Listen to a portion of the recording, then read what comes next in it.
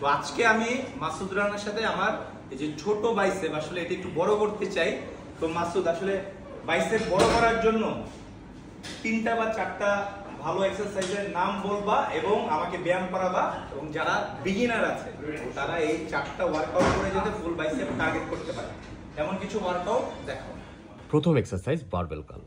এটা bicep grow করার সবচেয়ে ক্লাসিক এফেক্টিভ মুভমেন্ট। বারবেল 2 হাতে ধরবেন, 2 শোল্ডার বরাবর, কোনোই 2 পাশে স্থির রাখবেন, কোনোই একদমই নড়াচড়া করবেন না, একদম লক করে রাখবেন। এখন ধীরে ধীরে বারবেল তুলবেন চেস্টের দিকে, আবার কন্ট্রোলে নিচে নামাবেন। খেয়াল রাখবেন ফুল রেঞ্জ অফ মোশন আর স্লো টেম্পোতে করবেন। রেপিটেশন থাকবে 10 থেকে 12টি, সেট থাকবে টোটাল 3টি। আমাদের next exercise cross body hammer curl. এই এক্সারসাইজটা রেগুলার হ্যামার কার্ল থেকে একটু ভিন্ন। এখানে আপনি ডাম্বেলটা সোজা উপরের দিকে না তুলে নিজের শরীরের অপর পাশে, মানে লেফট হাত দিয়ে ডান বুকের দিকে আর রাইট হাত দিয়ে লেফট বুকের দিকে তুলবেন। এইভাবে বাইসেপের পাশাপাশি ব্র্যাকিয়ালিস আর ফোরআর্মসেও ভালো স্ট্রেচ পড়ে। ফর্ম ঠিক রেখে ধীরে ধীরে তুলুন এবং কন্ট্রোলে নামান। প্রতি হাতে 10 বার করে 3 সেট। ফর্ম ঠিক থাকাটা সবচেয়ে গুরুত্বপূর্ণ। আমাদের তৃতীয় এক্সারসাইজ স্পাইডার কার্ল, আর আমরা এটা করেছি বারবেল দিয়ে। একটা ইনক্লাইন বেঞ্চে বুক দিয়ে শুয়ে পড়বেন, হাত নিচের দিকে ঝুলিয়ে বারবেল ধরবেন।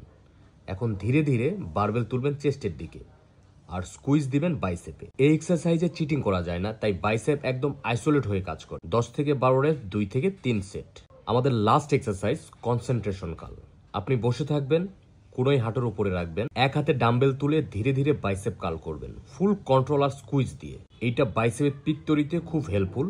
প্রতি হাতে 10 থেকে 12 রেপ, 2 থেকে 3 সেট। সবার জন্য ছোট কিছু টিপস। ফর্ম ঠিক রাখবেন, চিটিং করলে কাজ হবে না। হালকা ওজন দিয়ে শুরু করবেন, রেগুলার করবেন, ধৈর্য রাখবেন।